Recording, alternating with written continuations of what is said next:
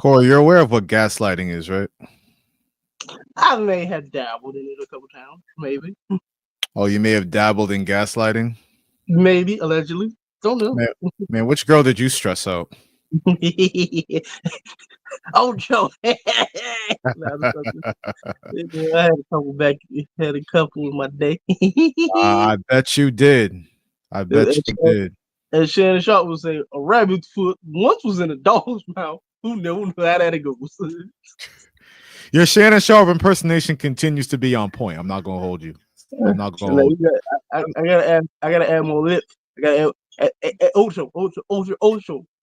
Yeah, you gotta add the you gotta add the heavy tongue. You gotta add the slight lisp. You know what I mean?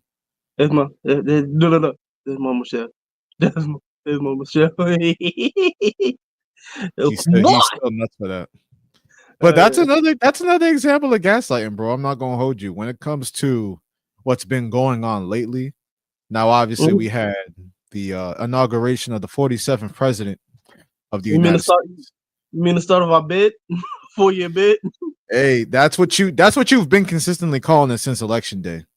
So yeah, look, I'm gonna get these 4 bids done. I'm gonna get these 4 years done, and then my bid over, and then hopefully America can see like, yo, bro, y'all, come on, bro. Nah, bro, it was just that whole day was just I don't know what I was expecting going into it because I faintly remember Trump's inauguration in 2016. Like I faintly remember that. So I wasn't really coming in like I knew it was going to be like some nut shit going on, but I didn't expect it to be at the level that we got it on Monday. You remember his inauguration last time, right? You remember it didn't have as many people? They posted like the picture. They kept posting the picture of it not that many being not having that many people there. I feel like I said I faintly remember that. But yeah, nah, me, I was just expecting a lot of pause when I say it's fake hand jerking. Did you really have to? Did you really have to? You couldn't say nothing else. I mean, that is the Trump dance, so it is what it is. Listen though, but okay, that gesture, because what you talking about is a gesture, bro. What you're mentioning is a gesture. So I could say I didn't really walk in expecting anything specific, but what I can tell you is that I definitely, and maybe I shouldn't have been so naive when it comes to certain Tesla CEOs and Twitter CEOs. You mean Elon off-right? Yeah. Elon Fiora. That's what we call him. But bro, that's why I opened up talking about gaslighting though, because like okay, so in school, right? I don't know what everyone's experience was, and if I can flex for a second. So I was AP World History in high school. I remember that. So with that being said, I remember learning, and not to say I peaked in high school. That was my little peaked in high school flex. I'm not saying that, but I do remember extensively learning about the Hitler era. I'm one of the people who I'm a history buff as well.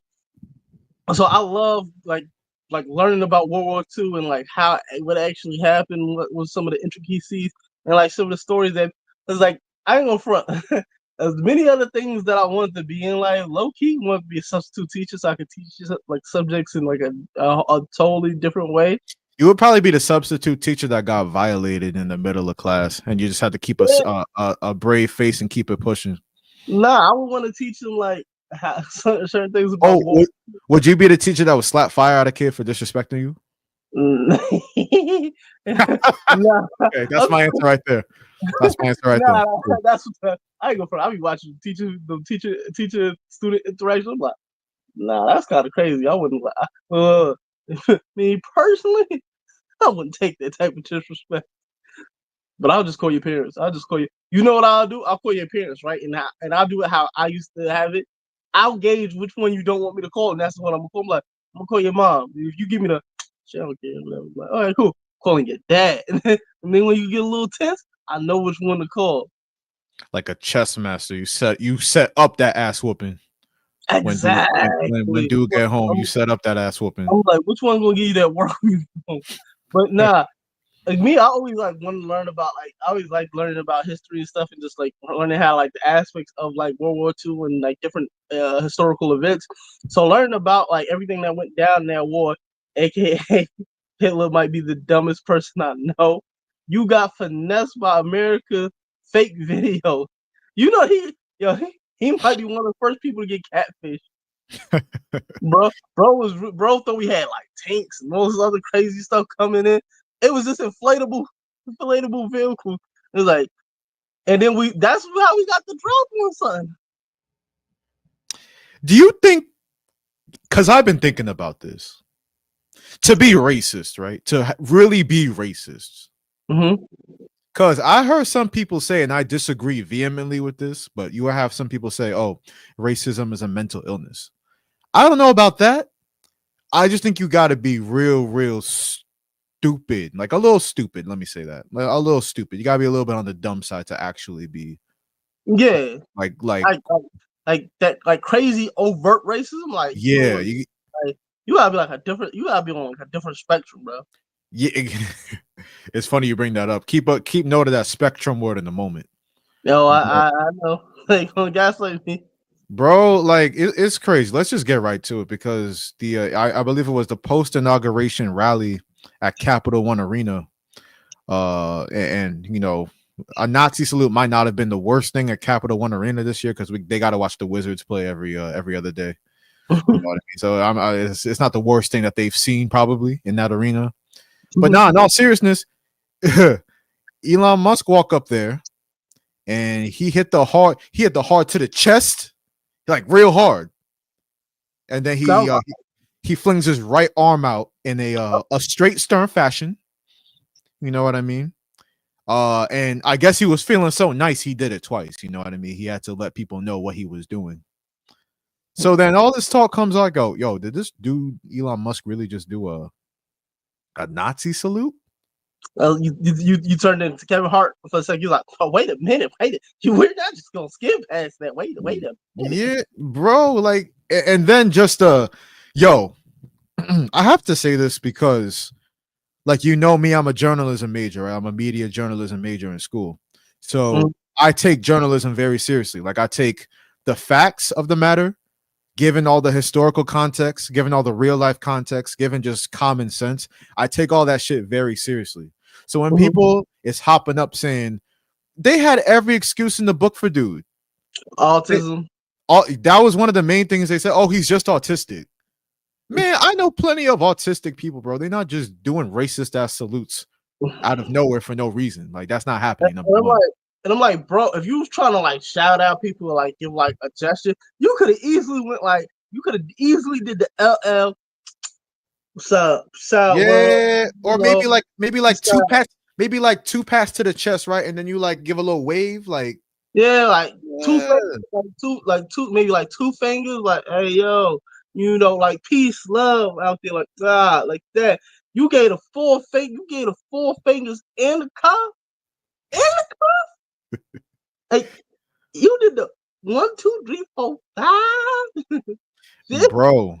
It's really crazy. And before I continue, I just want to thank everybody that's watching and listening. Low key, me and Kory both. We just did a radio show on FM radio, so we was running on fumes a little bit, but we promised y'all a show and we here. You know what I mean? We're not going to be as long as we pause, as long as we usually go, but you know, you still got us for tonight. The Recess Bell Show, brought to you by the Recess Bell Network. Check out the recessbell.com for more information. We still gonna give you what you need. Exactly, 100%. And it's an important time, bro. It's an important time for common sense, having people to just speak. Because, bro, Josh, have you realized common sense ain't so common no more? Nah, I think that was a saying I grew up on like when I was like 11 years old. And that was like almost 2 decades ago. Now it's like it's completely dead. You know what I mean? Like, okay, the American coverage. Kory, when did American media become so pussy? When was the election? When was the like Or are you? Would you? Okay, so it's always been like a little pussy fight, but this round after this election, I started noticing like once I seen like MSNBC and all these different things started, you know, they like, fuck it, we lost, so we gotta cower down now. It's like Trump our president. I'm like, damn, y'all not even gonna show no at least a little resistance. there's so many people I can point and call pussy in this instance. The media number one, and we'll get to them in a second with this Elon Musk shit. But when it comes to the media, first off, the Democrats, wasn't they the one saying that, oh, Republicans are weird, and then on a much more extreme note, oh, they're a threat to democracy and all this shit. If you're gonna buck up and say that, you can't just be like, oh, well, he won the election fair and square. All right, peaceful transfer of power. I'm like, nigga, have a little bit of dignity. Get off your knees. Nigga. My thing is, like, I was always taught, bro, like, okay, you can have it in your mind to fight fair and you know, do all the right things. And, you know, what do they say in sports? Win the right way. You know what I mean? You got to play the right way, win the right way, win with sportsmanship and all this bullshit. I was raised on something different. I'm like, when somebody playing dirty, when somebody go low, you go lower. Look, or at least as low. Michelle Obama once said, when they go low, we go high. Nah, I'll take you to hell. Exactly my point. So I think and then as Dion once said, you know, people tell me to take the high road. I don't know the direction. I don't know the direction to that road. Bro, 100%. Like what you're saying is right. So I think the Democrats are pussy. I think American media is pussy, just to get back to Elon Musk's salute. Because, like, yo, I've seen like German publications, like Germany, like, Hitler land once upon a time. So they were like, yeah, that's a Nazi salute. All these international publications, damn, he did a whole Nazi salute. Like they turned into Cat Williams. Nigga, do you know we can see you? Only American media, they come up with every excuse in the book. Oh, it was an awkward gesture. Oh, he's autistic. Oh, he was throwing, my personal favorite, he was throwing his heart out to the crowd. That's my personal favorite. Why was your finger tough? When you be trying to like go like this? Yeah, like exactly. Like not the hard Hitler like salute, bro. So look, what's funny? I'm turning into Shaq. Yeah. Why was the finger cup, Chuck? Why was the thumb Chuck? Why was the thumb cup, Chuck? Bro, it's really crazy. And I made this point on last night's radio show, which, by the way, all y'all can find on the Recess Bell podcast feed. So boom, the ADL, right? The Anti-Defamation League. And they stand up for a few things, but when it comes to anti-Semitism, like they usually on it. Like you remember the Kanye West situation. They you remember the Kyrie Irving situation. They usually on it when it comes to certain people. my point exactly. Like, do you remember like I said, the Kyrie Irving? They made Kyrie give like I think $100,000, if not $1 million donation. Remember when he was under pressure when he reposted that Amazon movie? There's a book, movie. Yeah. Whatever it was. You had him. You had Kanye West. You had Nick Cannon. Yo, like, yeah, they made all them dudes like kiss the ring essentially. Like, yo, once you stray too far into anti-Semitism, like we gonna break your back. Pause. Like that's essentially what they did. But when it comes to Elon Musk, bro, like when it comes to Elon Musk doing a whole Nazi salute, bro, it's insane. Here's what they said. The ADL on Twitter on Monday, they said, quote, "It's a delicate moment. It's a new day, and yet so many are on edge. Our politics are inflamed, and social media only adds to the anxiety. It seems that Elon Musk made an awkward gesture in a moment of enthusiasm, not a Nazi salute. But again, we appreciate that people are on edge. In this moment, all sides should give one another a bit of grace, perhaps even the benefit of the doubt, and take a breath." Yo, don't this sound like an Onion parody post? Exactly, bro. Like We see what's going on, bro. We not stupid, bro. So they want the American people at large to show mercy to a dude that just brought us back to the Heil Hitler days, bro. That's insane to me. All right. And I said this too. Like I said this on the radio. Like let's just do a quick quiz, right? As far as anti-Semitic gestures, right? Mm-hmm. Which anti-Semitic gesture is the most anti-Semitic? Is it A, a Nazi salute, B, a Nazi salute, or C, all of the above? Like, what are we talking about? I'm gonna take C for all of above. Like, what are we talking about? This is the gaslighting shit I'm talking about, bro. Like, I think I have this saying that most Americans are stupid. You know, the common American is not that intelligent. Yo, right? So I think people are preying on that, but at the same time, like all of us that got a little sense, like you're not about to play in our face like this. Yeah, like bro, like even one thing try to gaslight us like earlier in the week. Nelly, I know we'll get to this later, but Nelly tried to gaslight us. He's like, what white supremacist thing or racist thing has Trump ever done? Like, nigga, you know there's evidence, right? You ain't heard of Central Park Five? We don't know. We don't know what he's done as far as his housing and stuff. Like, bro, are we stupid? I know Kory, we're not stupid, bro. I always laugh about like this is the gaslighting shit I'm talking about. Maybe I should have made that the title of the episode because a second, hold up. And then I'm like this, bro. You performing at the inauguration. You know who's also gonna be at that inauguration? Hulk Hogan. You know what Hulk Hogan said. You know what Hulk Hogan said, and we know what he is. So I'm like, just know you hanging out, even if you don't even condone hanging out with a bunch of people who are racist out there. yeah, dudes like Nelly can't play in my face either because like just call it for what it is. You took a payday, you took a white supremacy payday, but at the same time he want to act like, oh, I've done so much for black culture. I don't understand how y'all could be mad at me. You can't have your cake and eat it too, bro. And I'm like, we killed Chrisette Michelle like years ago. Omarosa too, I believe. I believe that girl ain't performed ever since, like that. Like, I'm like, bro, I can't look at you the same. And Ashanti ain't gonna save you, my nigga. You gonna fuck around and get her canceled along with your dumb ass. Yo, and for people that are like, oh no, it won't affect nothing. Ask the black community what we did to Brian McKnight. Ask what we did to Brian McKnight. He was like this. He don't want to be associated with his black family. Cancel. Your show's not selling out. None of that bullshit. I'm like, these got power. If he see you cooning and buffooning, we will take our power back. And it just goes back to like a lot of this whole administration is gonna feel like they gaslighting us because we see what y'all doing. Y'all making us feel like we not. Trying to make us feel like we crazy when we not, bro. And what you're doing is you're trying to get the people who are not as bright as some, and it's like I'll call them ignorant. You get some of the ignorant folks who don't necessarily know stuff, and it's like they got this whole perception of Trump's going to do all this good stuff with black folks. I'm like, bro, you have to show me. You have to prove it to me, bro. Because at this point, he's just giving y'all gestures.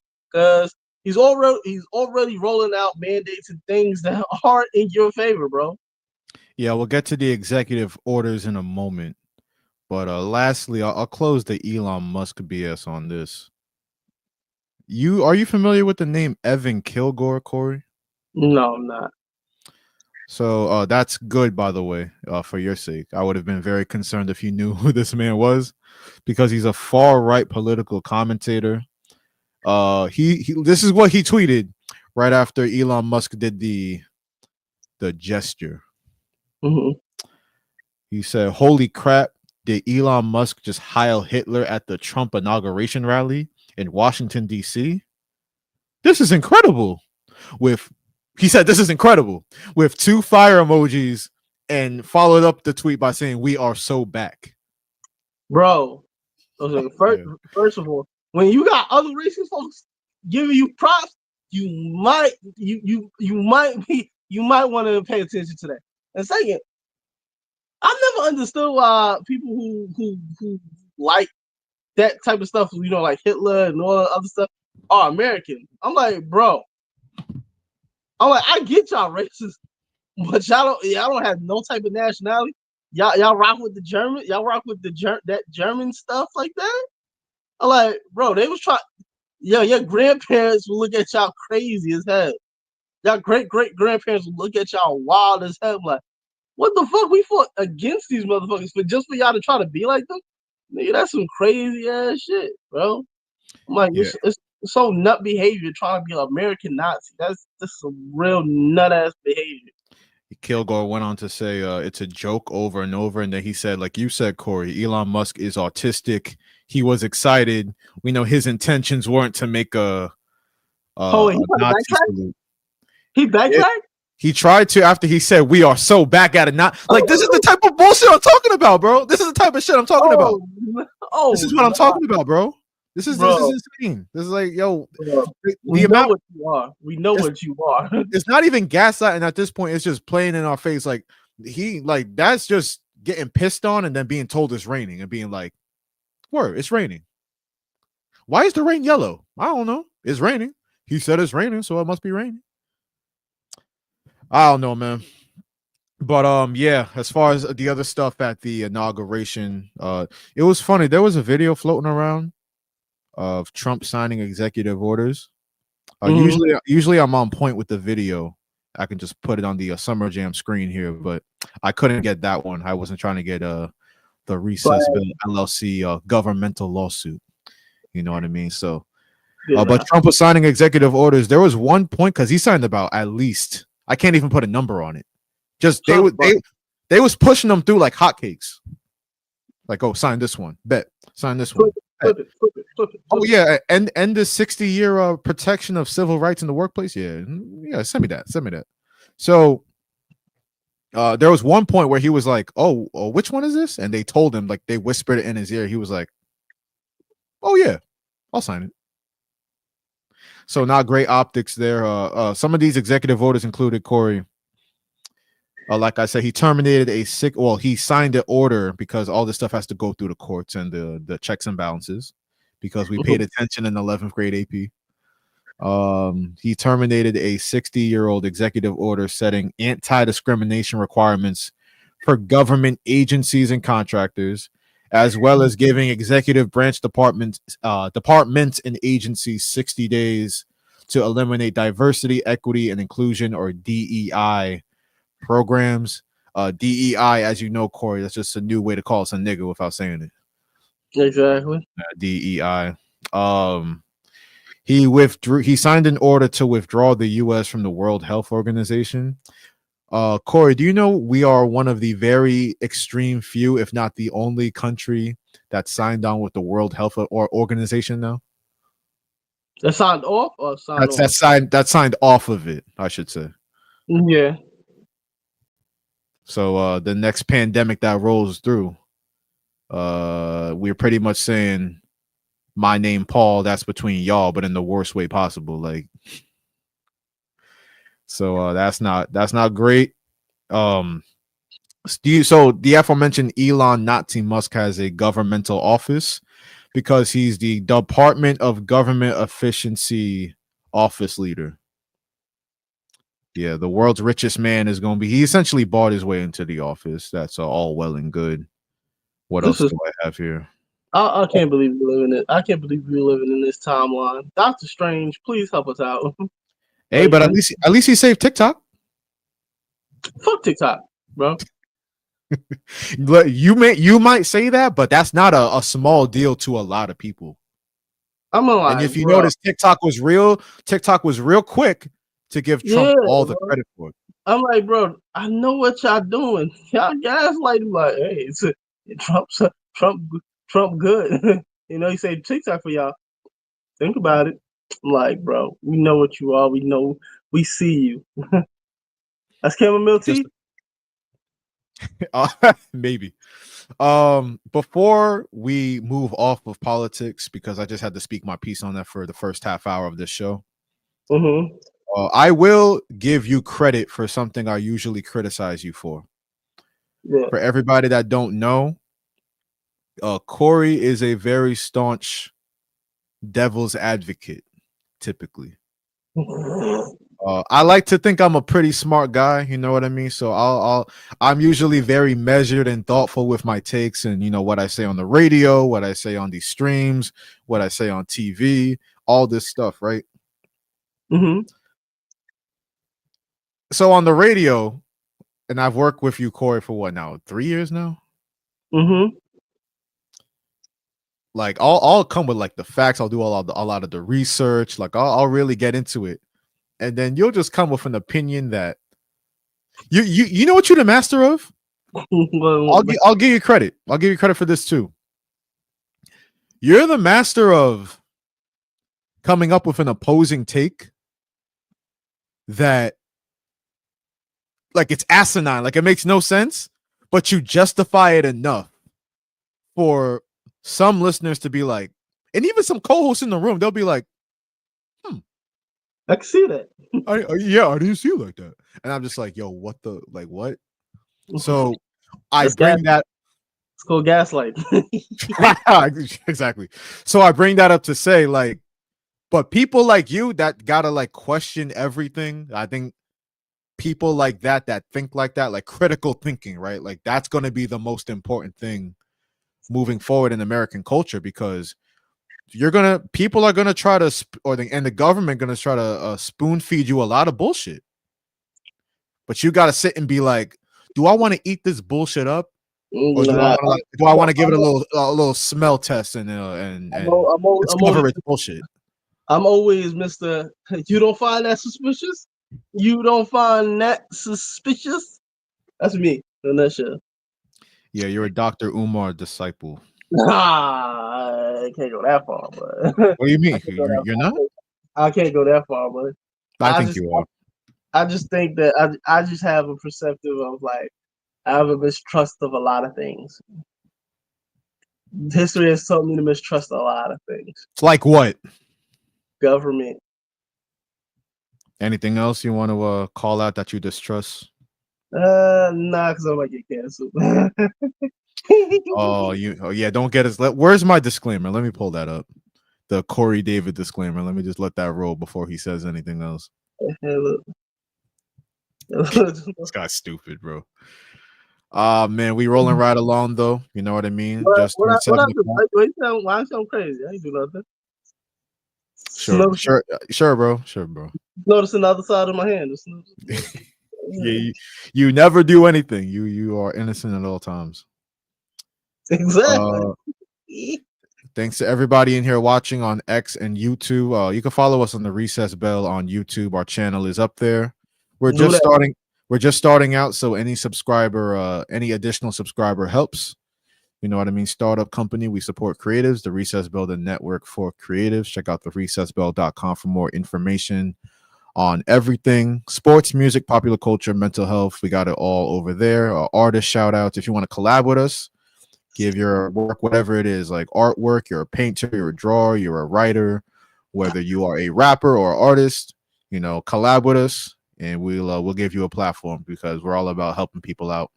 You scratch our back, we scratch yours. All right, man. Man, I don't even know where to start with last week's playoff games in the NFL. I know what I want to start off. All right, so yeah, we just came from the radio, like I said. And we started off today's show on 90.3 FM, today's sports show. We started off with the Ravens Bills game. It's interesting. And again, I hate to keep using this SAT word, but the dichotomy between how you can win in the NFL, because we'll get to the Ravens in a moment. The Buffalo Bills, though, in the regular season, they ranked first in turnover differential. They were plus 24 over 17 games. 17 games. Plus 24. That's damn good. That means you're taking care of the ball on offense. They had the least amount of turnovers on offense. And they had the most takeaways on defense. So for a team that doesn't have a lot of offensive firepower, like, I know they have Josh Allen. I know they have James Cook. I know Khalil Shakir can make some plays as well as Amari Cooper, but they're not top end explosive like the Ravens. You know what I mean? But they just grind you down. Like I knew what type of game it was going to be going in. It was simple to me. And I hate to, I'm going to say this, and it's like, oh, you watch the game, so of course you're going to make yourself sound like a genius. But I'm like, yo, if the Ravens can take care of the ball, if they run the ball well, number one, but if they can take care of the ball, they'll win the game. If they don't, like the Bills have won the turnover battle in almost every game, including that big Chiefs win that they had earlier this season. Like they're probably going to win like they have all season long. So Lamar Jackson throws that bad interception. Then of all people, DeMar Hamlin going to force a fumble on him. No ambulance on Sunday, Kory. No ambulance. No Hambo. Whoa. He got exposed a lot in that game. I'm just gonna put that out. In coverage. Yeah. He never been a cover. And that is why player. That's why he gonna get smoked on this. That's why he gonna get smoked Sunday. We gonna find out. We'll get to that in a moment. Obviously, we're gonna find out. I got a master plan to put in effect. The master agenda. I will avenge my goat. Just know that. I will avenge. Truth be told, how do you feel about not just the way the Ravens lost, and obviously Mark Andrews and Lamar Jackson's turnovers earlier in the game, but that Mark Andrews fumble followed up by that Mark Andrews drop on the 2-point conversion? Now Lamar Jackson, who I know we had a little debate about it on Sports Talk on the radio today, but I believe that Lamar Jackson will soon be named in a week the 3-time MVP. I believe so too. I really do believe that. He had a great statistical season. I know Josh Allen's team had more wins, but you break it down player for player, I don't think you can give it to anyone but Lamar Jackson. I know it's going to be a close race. Like Josh Allen's definitely going to get his votes, but I think Lamar Jackson's going to be that 3-time MVP.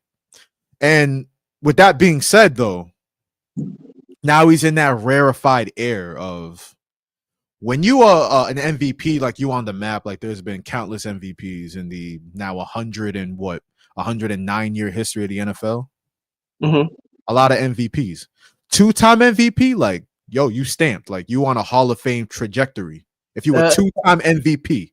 Once you get to 3, yo.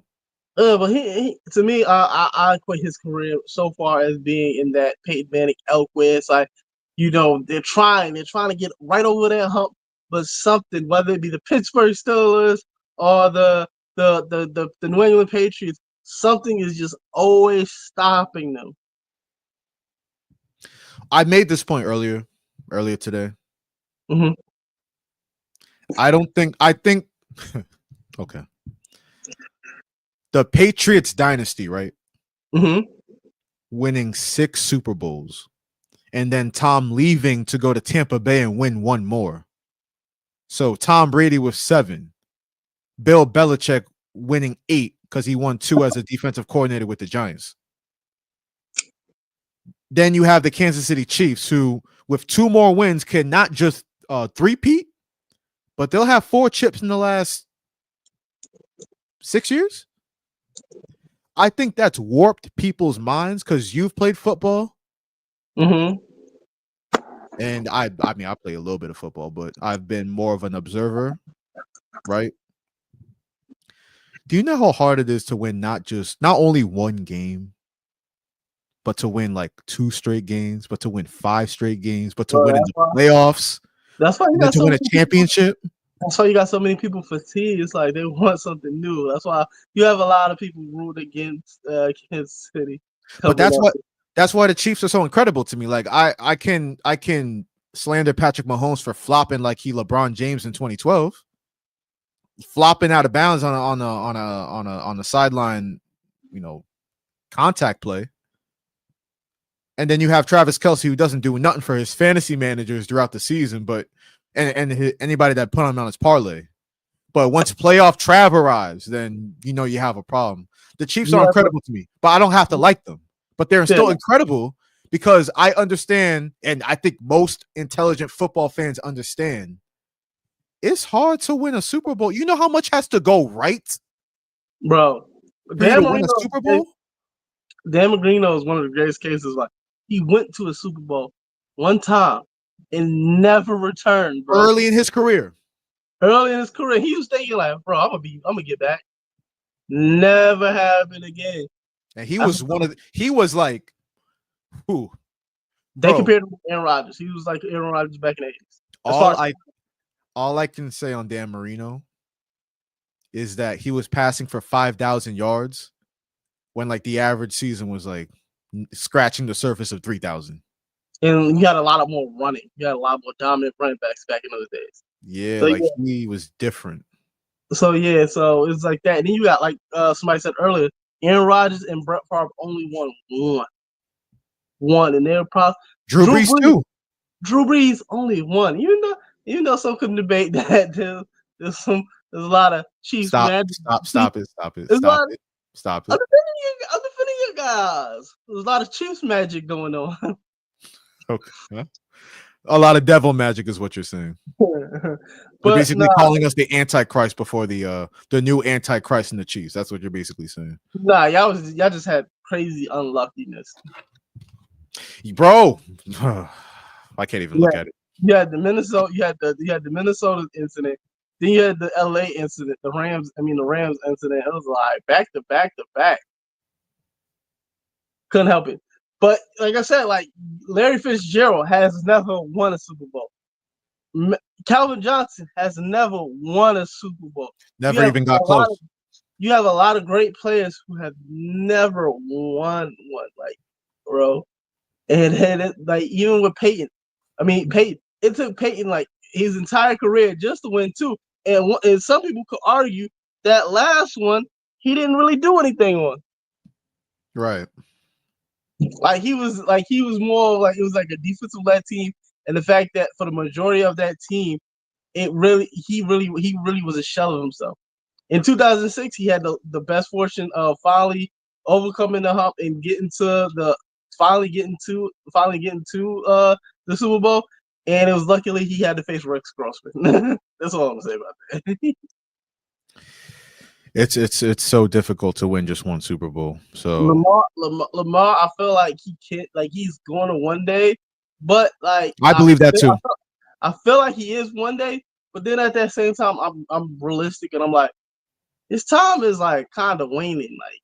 Like he's not in a couple of years, he's not going to be this type of quarterback anymore. It's not going to be one of those guys that's going to try to kill you from the leg. He's going to be more predominantly a pocket quarterback.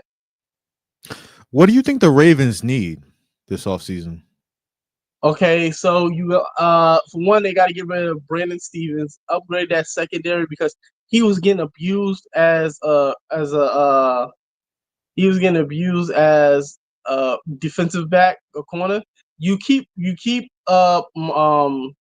Obviously you keep Marlon Humphreys. I think he got 1 or 2 more years left. You see what you can go get as far as another corner. You're good as far as safety go. You re-sign a Darius Washington. You try to upgrade that receiving core because nobody's talking about it, but I think it did play a factor. The fact that Zay Flowers did go down. You had Nelson Aguilar. Rashad Bateman did play a crucial role. You keep Patrick Ricard. And for the majority of it, you try to run it back. Another thing that I would love to see happen is for them to go out and go get somebody on the defensive end because I think you could go get a Matt Judon to return.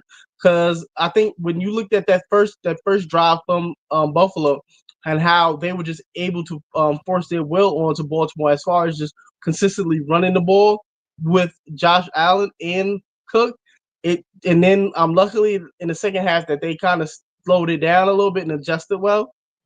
I think you got to get that because people got to realize this is Zach Orr's first season as a defensive coach. How do you think he did? Because I thought he had a good first season.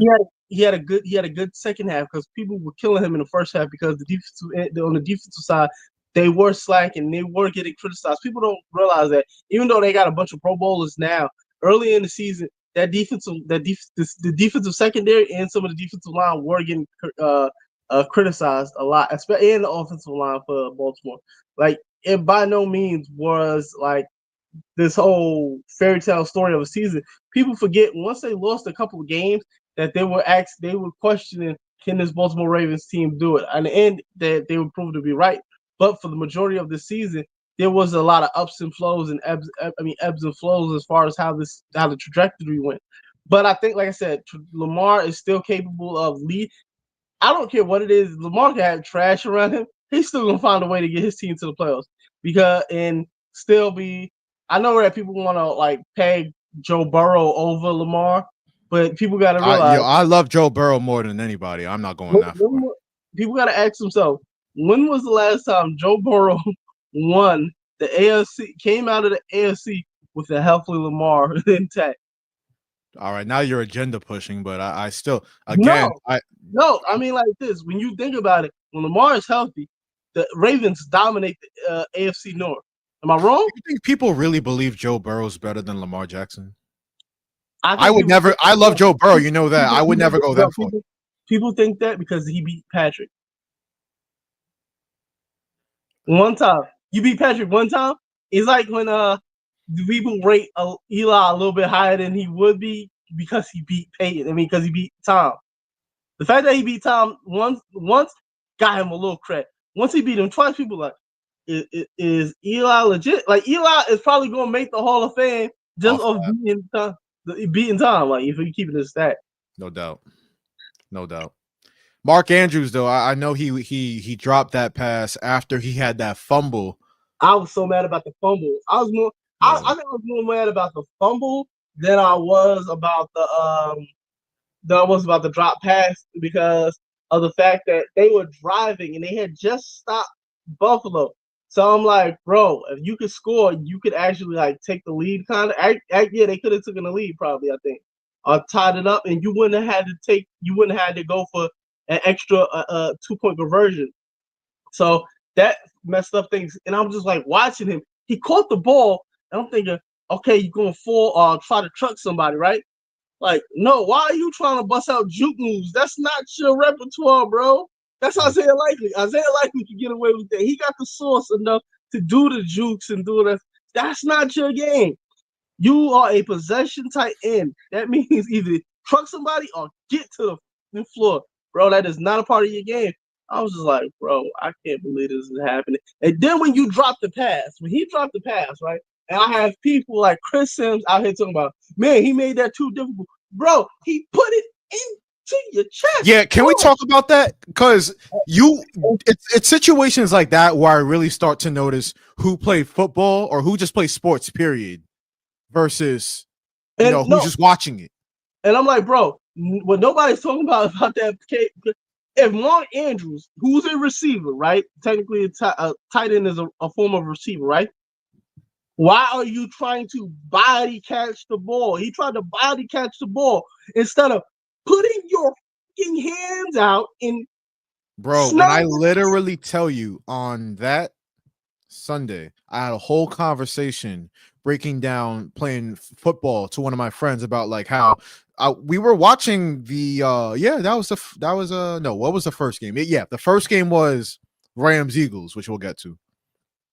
And I was like, I think a receiver dropped the pass. I'm like, yo, exactly what you just said to the letter, verbatim. I'm like, we were taught by our coaches, look it in and look it into your hands.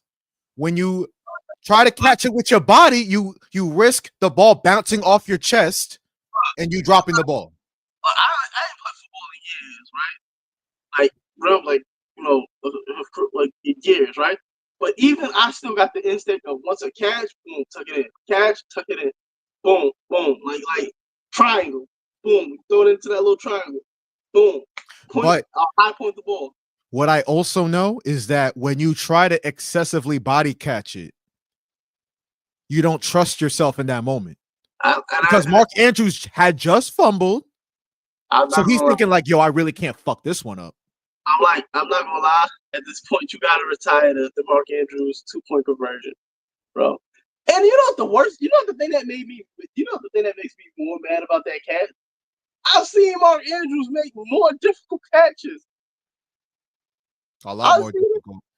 I've seen him make crazy catches, and bro, I'm like, bro, you decided now to decide the shit to be. And this has been a consistent thing with Lamar the last couple of years, bro. It'd be like, okay, he might fuck up in the first half, right? You like that, right? But he'll play excellent ball in the second half, and then somebody will fuck it up for him. Like, bro, Zay Flowers last year, bro, just get to the end zone, please. That's why I died. Like, yeah, they It could have won reminds me. Sorry to cut you off, but it reminds me so much. You brought up the name Peyton Manning. Like, I remember vividly because I still say to this day, regular season quarterback, just take all the accolades out of it, take all the postseasons out of it. Peyton Manning's the greatest regular season quarterback I have ever watched in my life. I know people will say Aaron Rodgers, I would but say Peyton Manning's that guy for me. to me, it's either between it's to me regular season is between three people: Peyton, Drew, or Phillip. There you go. So it's a matter of opinion, but I'll rock with Peyton because I want to use him to make this point. Peyton Manning, right? I remember those playoff runs, and aside from just getting, BTA, belt to cheek work versus the Patriots all those years. Like they caught mad unlucky breaks. Like I remember that overtime game in San Diego one year. I remember when Peyton Manning called his kicker an idiot. Yeah. Mike Vanderjagt. Yeah. Like this dude went like 42 or 42 in the regular season, like some crazy stat, and then he gonna fuck it up in the playoffs. So it's like a lot of stuff similar to what you're seeing with Lamar, a lot of stuff you can't help. Now, if Lamar Jackson doesn't turn the ball over, yeah, the Ravens probably win. But there's so much that's my major point here. There's so much that has to go right to win just one singular playoff game, much less a Super Bowl. Like there's so much that got to go right. So I'm not going to criticize one player as great as he is, as much of a legacy as he's building. I'm not about to put him down for. I mean, I thought he outplayed Josh Allen. That's just me. People are going to disagree because Josh Allen didn't turn the ball over. But I thought Lamar Jackson, to will his team back from where they were, and Derrick Henry obviously helped too. Yeah. But like to kill Lamar Jackson, like I'm not gonna shaboing Lamar Jackson right now because, like I said, you got to hold on to the ball. He said as much in the post game, but at the same time, I'm like, I'm not about to just put down this dude and say he's gonna be a career loser, never gonna win a ring. If you watch that game and you put it all on Lamar because you have some NBA mindset of, oh, the best player always shoulders the blame and these tough to win, anything can happen, luck-based playoff games, you got to change your perspective because I feel like that's idiotic to do, in my opinion. Yeah. Like that's what I wanted to say. Like, if you watch NFL history, I know the Patriots are a dynasty or were a dynasty, and the Chiefs are a dynasty looking to build on it.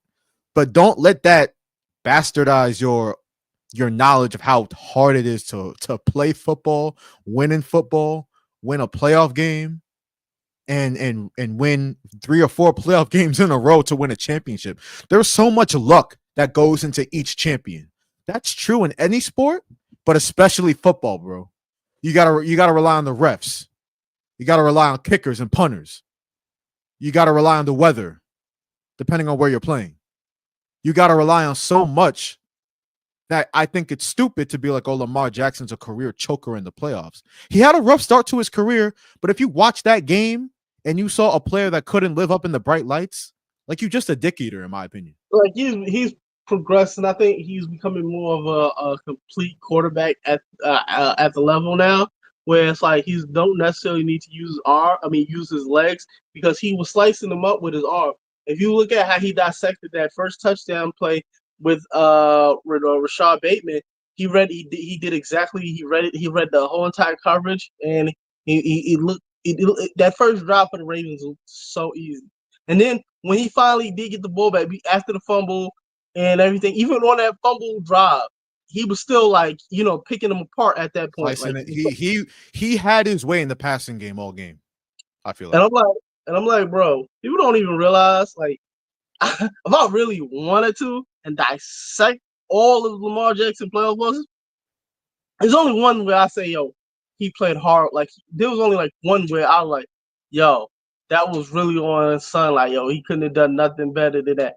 That was actually against the Buffalo Bills like a couple of years ago when he got concussed. That was in the COVID season, right? I think so because I remember he got concussed and because he threw like a pick six.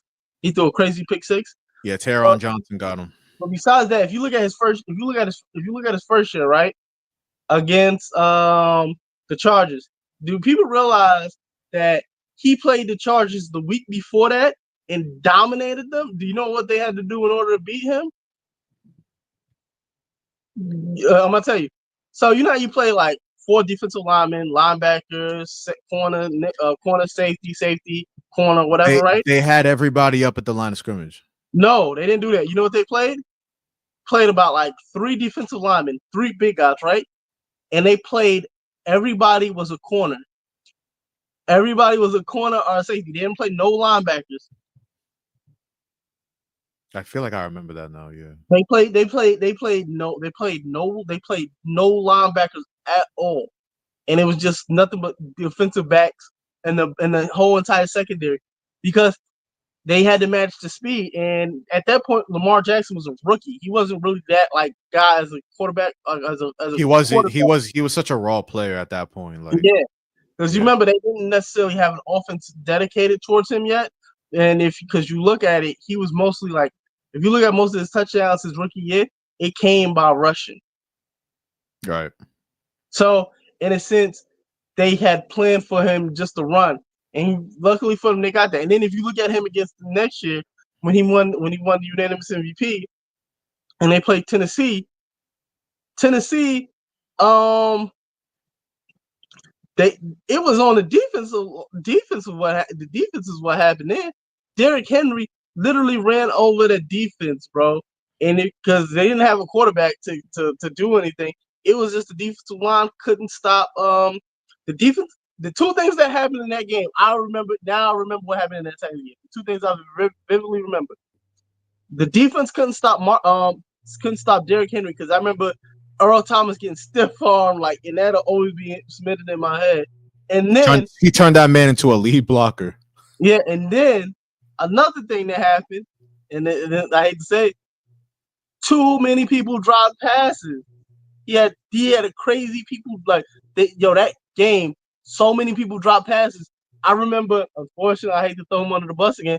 Mark Andrews had a wide open pass, right? It's about to catch. You know what happened? Tried to catch it like this, and it tipped off his hands, and it was a pick. I was like, bro, that can't happen. And then people will crucify Lamar.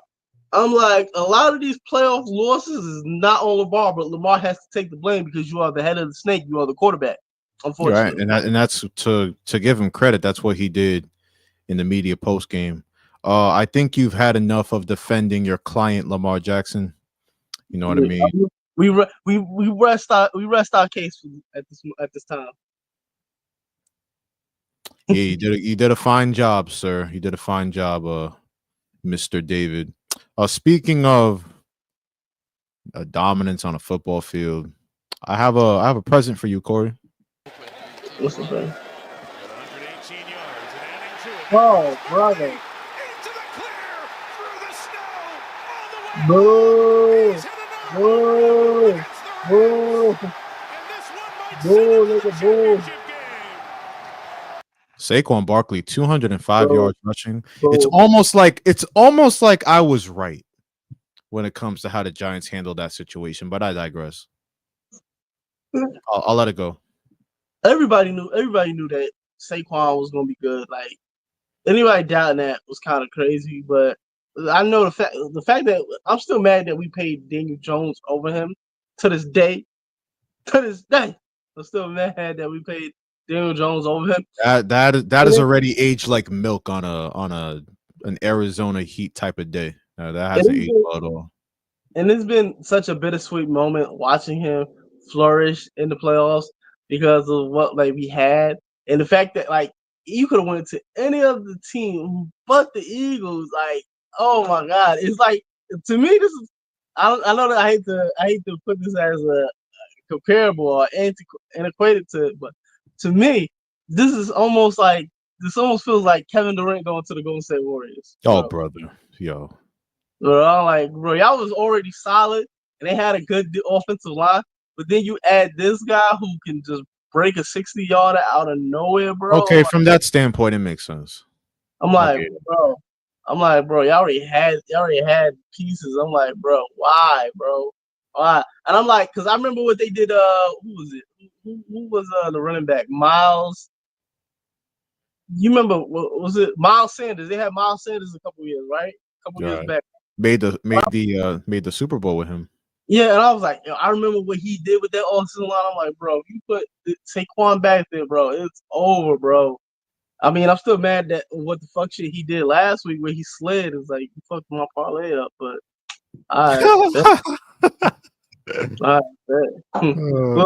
one thing about you, you're gonna get a parlay takeoff, bro. I respect it.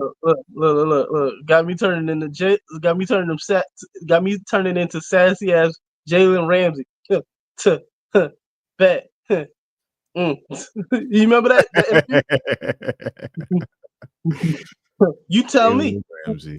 You tell me, Ramsey, bro. That was he was the sassy goat for a while.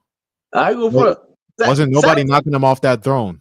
Look, sassy Jalen Ramsey was the best cornerback on the planet. I'm just gonna say he definitely was. There's no debate. There's no debating that. No, watching him succeed is kind of a bittersweet moment, bro. And I'm like, because I'm like, bro, I honestly, when you look at this matchup against them and the Commanders, left hand up, who are we? The Commanders. Yo, when you look at this matchup, like part of me is like, I don't want Jalen Daniels to go to the Super Bowl as a rookie. And then I don't want, and especially have a chance at winning, I don't want that to happen.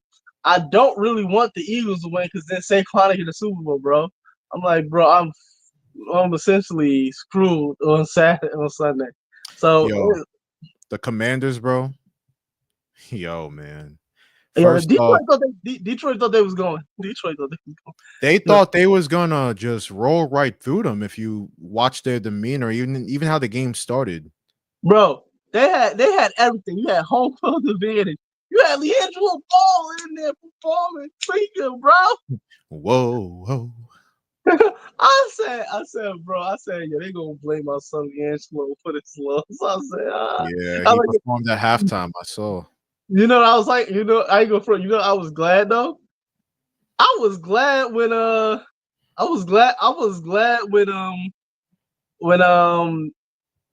TikTok got banned because I was like, at least they ain't go to my son in that performance, bro. Jayden Daniels, bro. I don't know what to say about that man. He is he was unfazed. That was some night. I've never seen him more. Well, let me not be hyperbolic, but his poise as a rookie is insane. Bro, the amount of close games they've won in a row now, dating back to the middle of the regular season, is wild. I'm not even talking about that. I'm talking about in game, bro. They was sending variations of different types of blitzes at him, and he was unfazed, bro. It was like, he barely even saw it. Like, bro, you could send a free man open. Guess what? I'm dipping out of there and I'm running, bro. They didn't have nothing for son. I'm like, and it's crazy. And then Jared Goff just decided to, you know what? Today is a good day to shit the bed. I'll just throw, hey, you get a pick. You get a pick. No, you get a pick. There was one pick. That I know what you're talking about. Bro, this is where like you get into the psychology of the playoffs, the postseason. It's just different because I guarantee you, if it was a meaningless Week 8 game versus the Chicago Bears, Jared Goff is throwing. Okay, so remember Sam Laporta was, in up front in front of him, and then he had the deep curl route behind it. I guarantee you, Week 8, Jared Goff's just taking what the defense gave him, which was that little 5-yard dump pass to Laporta. Playoffs, because the Commanders are moving the football at this point. Oh, like, bro, people turn into complete dumbasses when it comes to the playoffs. They start doing the most. Like Jared Goff, there's no way he makes that throw early in the regular season, but playoffs, I got to put points on the board. This is my moment. All this shit is for Detroit. One pride. #one pride. He started doing too much. And that pick six was bad. But bro, and I know Ben Johnson just got the job in Chicago. Like, shout out. I know what you about to talk about. It's not even because I like the aggressiveness with which he calls offensive plays, and I love the creativity. Like, I'm not gonna just completely jump ship on how big a fan I am of Ben Johnson, but when it comes to Jameson Williams, bro, like, by the way, I love him as Why a is he player. passing the ball? I've loved him as a player since Alabama. Like, super skilled player, the straight line speed. He had a end around touchdown. Like, you saw the speed, Nah. but when it comes to the judgment, because Kory, even after that touchdown, he had that celebration that he somehow didn't get flagged for. He somehow ain't get flagged for that. He need to take those teammates out to dinner because they saved some. I was like, did they save some? And no, he probably got fined by the league. He probably got fined by the league. He pulled out the break your back paw celebration. I was like, yo, why at that? Like, so that's I bring that up to make a case on this man's judgment, because he clearly doesn't have the greatest judgment. So you gonna leave the ball in his hands on a trick play to pass the ball when you're already down 10? That's where I'm like, all right, Ben Johnson, you've flown too close to the sun. Like, yo, and that's why I say, like, playoffs, you do too much, and look what happened. The Commanders were the more poised team with not a rookie head coach, but a first-year head coach in Washington in Dan Quinn, and then Jayden Daniels, bro, like, incredible. Look, wisdom is chasing you, but you are too fast.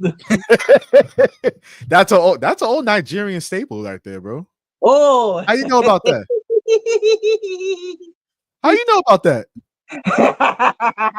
I know why. I know. Nah, you did. Shout out to my nice. Shout out to my nice. You connect. Yeah.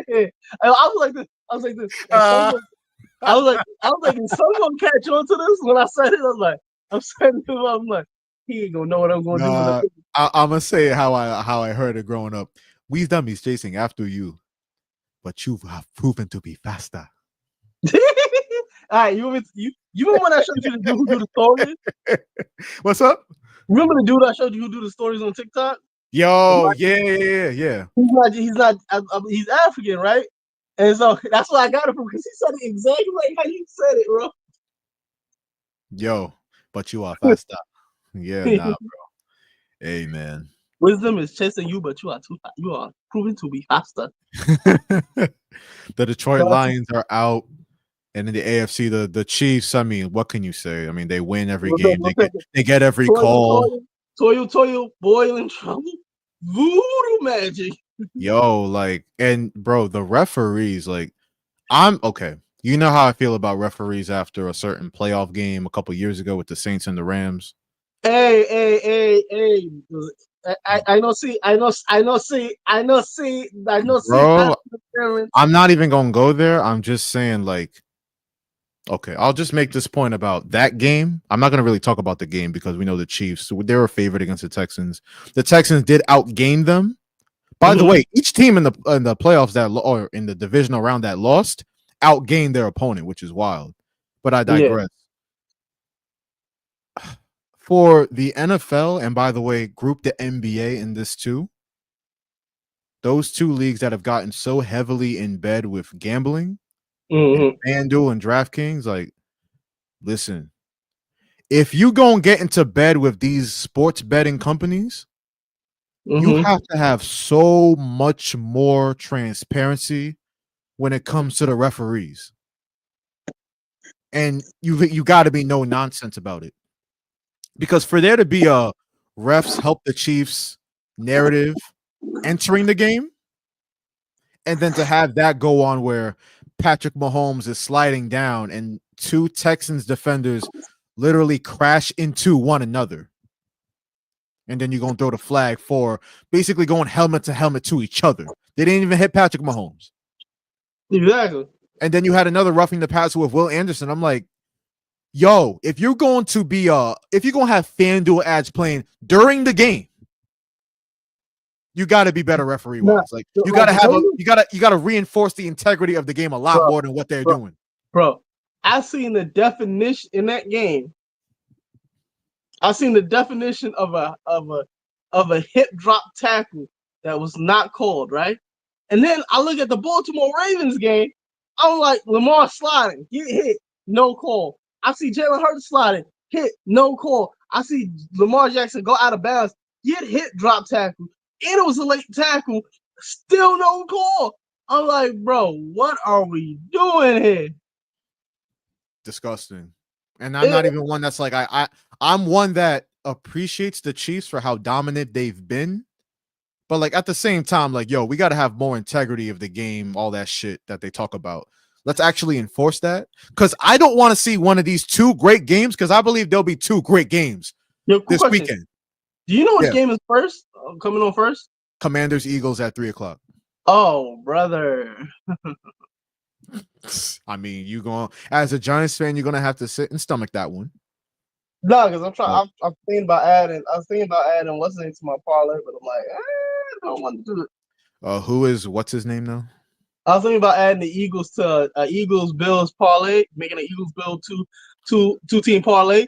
But I was like, I don't know. I just want to stick. I might just stick to one, and I might just put ride it on the Bills and see if as they say, Josh Allen, talk the tough shit now, baby boy.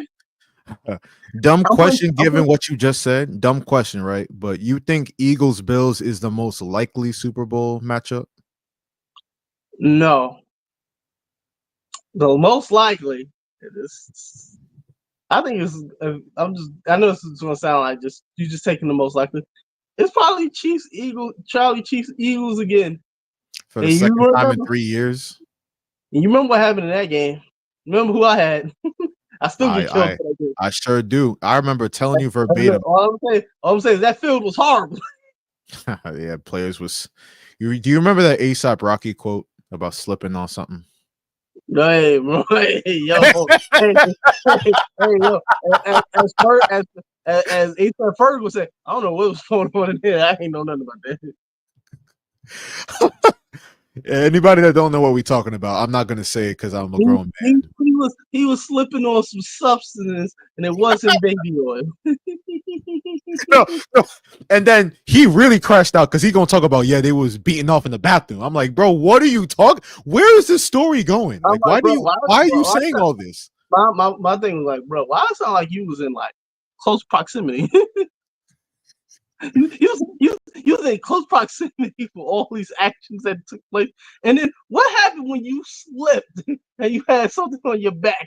What did you do? By the way, A$AP Rocky might be headed back there because he's headed to trial now on gun charges. Bro, did you see how stupid son is? Yo, he didn't take the plea deal, and I think the plea deal was for three, a couple hundred, like 100 days and house arrest 3 months or something stupid. Go ahead and tell everybody the reasoning why he didn't take it too. Because they believed that it was a prop gun, right? That and he also said, "Oh, it would have ended my career with all my partnerships." Yeah, but then they turn around and they say, "Hey, we're gonna drop these ballistic reports on here," and it's like, "What? You can't do that." I never seen his attorney's like, "I never seen these before. We don't want to. We can't take this to trial because we never seen it before." And now he's just leaving his life up to the jury, basically. Couldn't be me. Well, I would never be in that position in the first place. But I'm like, yo, bro. And then I'm like this.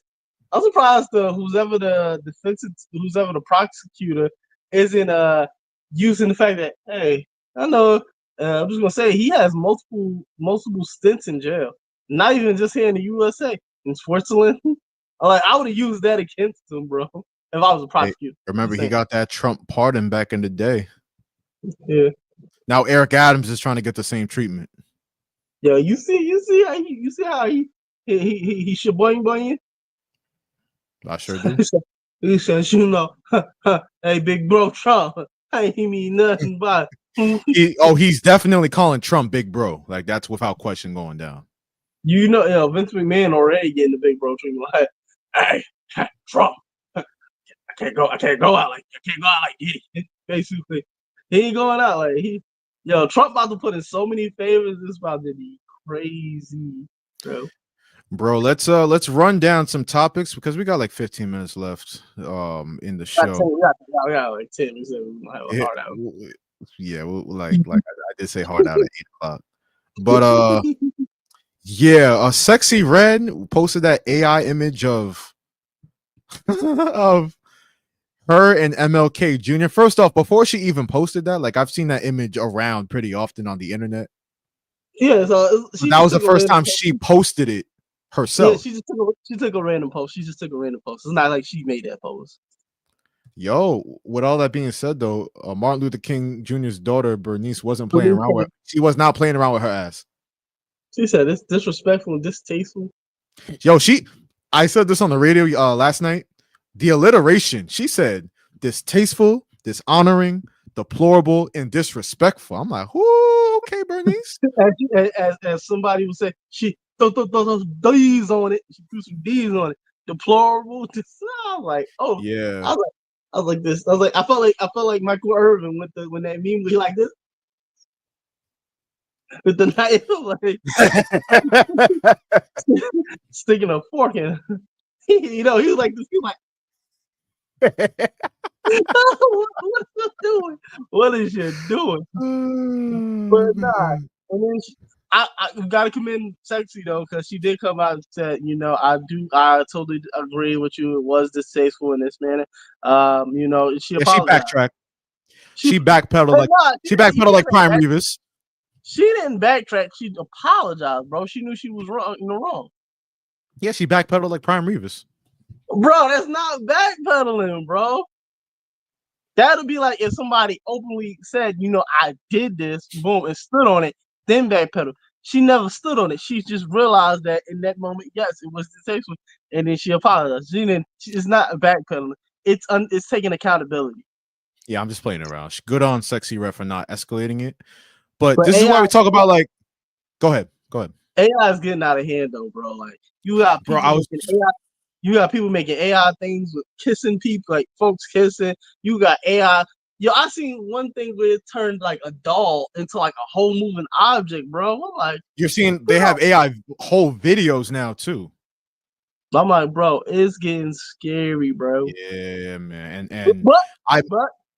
But the plausible deniability is about to be out this room. Like, bro, we caught you on camera shooting. That's AI. That's AI. No, we already know that's what you're gonna be up to. We already know that's gonna be your strategy. We already know it's gonna be you. You're gonna be Mr. That was AI. That's gonna be you. You ever seen that Dave Chappelle skit when he's in the courtroom and it's like, how can you deny that Mr. What's his name peed on this? He's like this. For all I know, that piss could be digital. And he's like this, like some fake piss. I'm like, see, I didn't even do that. That was digital. Pioneer Dave Chappelle. Yo, Dave Chappelle ahead of the game, bro. And I'm like, bro, you could do so many crazy things with AI. It's so crazy, bro. Let's you gotta look at like you gotta start looking at people's fingers and stuff like that to make sure it's not right. No doubt. How you feel about what do I want to go to next? Can we talk? Well, first off, let me give kudos to there's only one NBA team, Kory, that got 2 All-Star game starters. It's not it's not OKC, it's not Cleveland, it's not Boston, it's the New York Knicks. Jalen Brunson and Karl Anthony Towns. They did it. Watch it. Yo, let's go, Cat. Let's go. I doubted you and stuff like that. Let's go, Cat. Shout out to Jalen Brunson for getting All-Star. So are you finally ready to admit that it was a good trade that the Knicks made to get Cat? It was all right. We're gonna see in the playoffs. It was high. It was high, he says. It was high. Okay. You didn't notice it? You didn't notice what I just did? Bro, listen to how I said both names, bro. I said, let's go, Cat. Let's go get the All-Star and stuff. I'm repeating what I just said. Then I said, why do you hate Jalen Brunson? Like, why? And I said, let's go, Jalen Brunson. I know why. We're not on WHC. We're not on WHC radio. I'm looking at you. I'm looking at you right now when SpongeBob found out that Squidward liked Krabby Patties. My boy, I'm looking at you that exact same way. You feel a type of way about your point guard as a Knicks fan. Your point guard as a Knicks fan. You feel a type of way about Jalen Brunson making it because your glorious king LaMelo Ball wasn't named a starter. And who knows if the coaches who don't really like him that much, I feel like, who knows if the coaches are actually going to vote him in as a reserve. Bro, it's either they don't know, don't show, I just don't give a damn, bro. Yo, my son, Melo, he should be a goddamn all-star. This is a travesty. What's going on? This is a miscarriage of justice. What's going on? And Rock Nation, you pay. Rock Nation, you have your days going. And you know what the funny thing is? LaMelo is signed to Rock Nation Sports, but y'all have y'all. That's not the point, though. That's not the point. That's besides the point. Bro, it's about to get nasty. My son averaging 29 points. It's about to get nasty out here, bro. Like even if you didn't give him a starter, something better make the team. But shout out to Jalen Brunson. Like he's having he's having a great year. He really is. Like shout out. I think he's having an underrated year too, I feel like. But you know who he not? You know who he not? He not LaMelo. Yes, I'm sure everybody agrees with you on that. Jalen Brunson is no LaMelo Ball. Best LeVar Ball never lost. Kory, you want to who would you have in mind for the Shaboing Boing of the week? Shaboing Boing of the week. Damn. I'm not gonna lie. I had a few candidates, but I couldn't nail down one. And for those that don't know, Shaboing Boing of the week is reserved for somebody that just did the most flagrant dick eating possible. Like they ate it up. I got Mr. I'm going down, baby. Oh, street and a leg going boom, boom. Mr. E.I. So I had him, Nelly, of course, and then I had a few others here. How about remember when so they have this post inauguration for Trump and every president, they have the post inauguration church service. Oh, you know what? Yeah, I know what you're thinking. I know what you're thinking. Hold on. I know what you think. Let me just play this video for the context. It's a tough one. I ask you. Oh no. To have mercy. I'm gonna work to it. In our country, who are scared now. Yeah, that was Bishop. That was the bishop for the Washington National Cathedral. That was basically saying Trump, you know, real Christians show mercy. She continued here. People who pick our crops and clean our office buildings, who labor in poultry farms and meat packing plants, who wash the dishes after we eat in restaurants and work the night shifts in hospitals, they may not be citizens. Or have the proper documentation. Yo, look at Vance. Look at Vance. The vast majority of immigrants are not criminals. They pay taxes and are good neighbors. Like, who let Shorty up in? So you would think Trump or a normal, well-adjusted person would be like, you know what? Real Christians under God, we do show mercy for others. I'm gonna really take this message in stride. Thank you, Bishop. We know Trump ain't going for that though. He called the bishop a so-called bishop. Oh, and brother! He called her her statements inappropriate on his Truth Social app. Oh, earlier brother! In the week. And here's who I had in mind for Shaboing Boing of the week. This is Pastor. I don't even know his name. She was so arrogant. The way she didn't even acknowledge the president of the United States. Lorenzo Sewell. An opportunity to minister the gospel. Instead of that, he had an opportunity. Yo, bro, a heretic. She should never be allowed to preach the message of Jesus in her life because she's not even talking about Jesus. This is why no one's going to these. Yeah, this is why these denominations are dying. Sadly, bro, son his eyes is bucking the way he buck dancing out here. See if I can find a good still. He can't wait to tell I should be a good nigga for you. I wish I could zoom in on his face right now. Look at that. Look. Lorenzo be a good nigga. He'll be a good nigga for you, master. I should never run away from the Trump plantation. I should be a good nigga. Trump, greatest thing in the world. That's exactly what son is saying. Buck dancing ass nigga. Yeah, bro. Not what you want. Lorenzo Sewell, you are my Shaboing Boing of the Week award winner. You Put the track on. Put the track on. Yeah, you're right. You're right. I'm slacking. I can't give the award out without the track. First off, let me just play the that's obligatory. Then we gotta play this. Boing boing, get the out your mouth, dummy.